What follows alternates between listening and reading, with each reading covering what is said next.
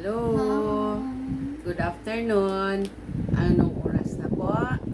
Today Ah, is ano na ngayon? Pecha April 26. No? today is 12:54. Alas 12:54 po. Kakatapos lang namin na langhalian. So, ito na nga, sinusunod na namin tong ating gawain na prayer po. Sa ginagawa natin, sana maintindihan din ninyo, pag kayo ay nag-a-agree sa ating prayer, kasama na talaga kayo sa prayer. So, angkinin nyo na ang prayer na ito ay para sa inyo rin. Hindi lang para sa amin. Sa lahat po ito mga kapatid. Sa lahat ng nanonood, lahat ng nakikinig dito. Salamat po sa tanghaling ito. Tanghaling tapat po. Okay. Ito na po yung una nating prayer sa task, ano na tayo eh. Task 3. Task 3. Day 2. Day 2 na siya po. Day 2 na, no? Hindi day 2, day 2. April 26. Yeah. Yeah. Ito na po. Heavenly Father, as we gather in your presence, we filled with gratitude for your love and mercy. We thank you for your privilege of prayer, through which we can draw near to you. Lord Jesus Christ, you are the anchor of my souls and the source of my strength, no? Kalakasan. May your Holy Spirit guide us as we let our voice in prayer, as it is written in 1 Thessalonians 5:16 to 18, rejoice always, pray without ceasing, give thanks all the circumstance, for this is the will of God in Christ Jesus for you. Thank you, Lord. Hallelujah. Sa umagang ito, o sa tanghaling ito, sa prayer na ito. Amen. Itong part ni Hannah. Si Hannah po siya ha. Si Hannah, Sister Hannah, Sister Marie. Oh Lord, we come before you with hearts open and vulnerable. In a world full of uncertainties, we find our hope and refuge in you. Help us to depend our faith and trust in your unfailing love. Your word assures us in Hebrews 11 verse 6, and without faith, it is impossible to please Him. Amen. For whoever would draw near to God must believe that He exists and that He rewards those who seek Him. Amen, mga kapatid, no? Ang ganda ng prayer ni Hannah, no? Precious Lord Jesus, you have taught us the importance of prayer without ceasing. Help us to cultivate a spirit of prayer in our lives, knowing that you hear our weary cry and answer according to your will. Philippians 4:6-7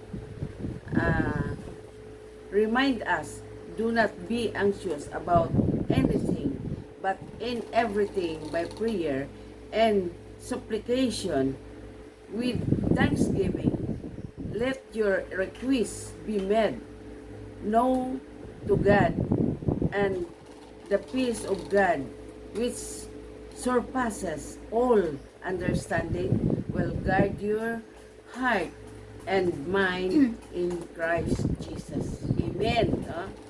Amen.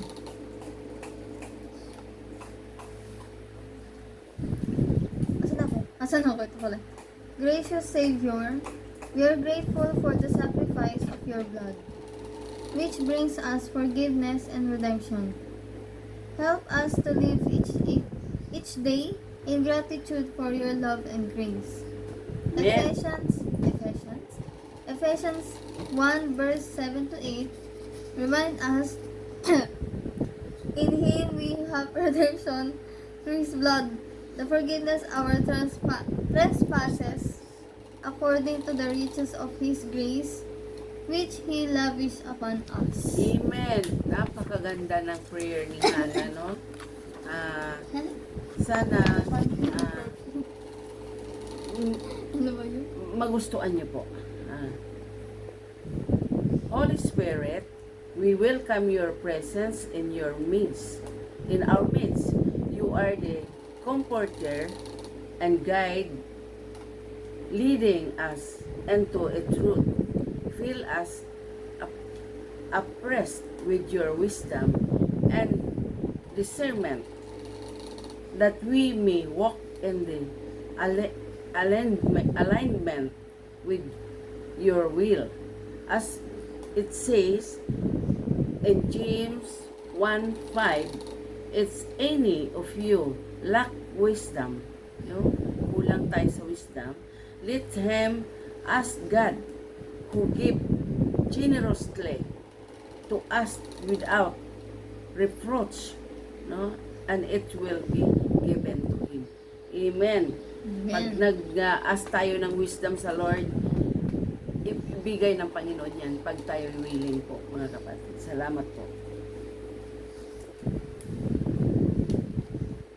Lord, hear our prayers for those who are lost and hurting. May your light shine into their darkness and bring them hope and healing. Use us as vessels of your love and instrument of your peace. Amen. Matthew 5, verse 14 to 16, remind us, you are the light of the world. Amen. A city set on a hill cannot be hidden, Amen. nor do people light a lamp and put it under a basket, Amen. but on a stand, and it gives light to all in the house. In the same way, let your light shine before others, so that they may see your good works and give glory to your Father who is in heaven. Amen. No? Totoo yan, mga kapatid. Heavenly Father will lift up our families and loved ones to you. Surround them with your love and protection, and may your peace reigns in his heart and minds. Philippians 4:6-7 assure us, do not be anxious about anything, but in everything, by prayer and supplication, with thanksgiving, let your requests be made known to God, and the peace of God, which surpasses all understanding, will guard your heart and your minds in Christ Jesus. Thank you, Lord, Heavenly Father.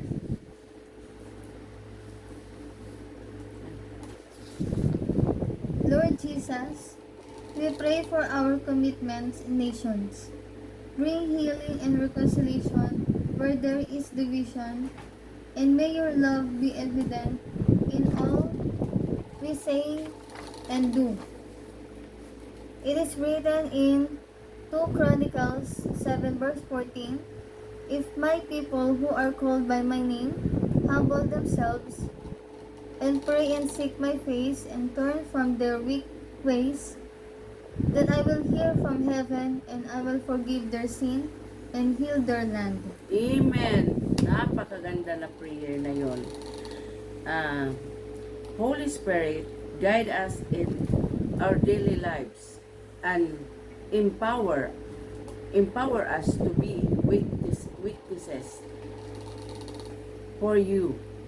Help us to walk in obedience to your words and to your to lives to lives that honor and glorify your name. Galatians 5:25 remind us, if we live by the Spirit, let us also keep and step with the Spirit. Amen, no?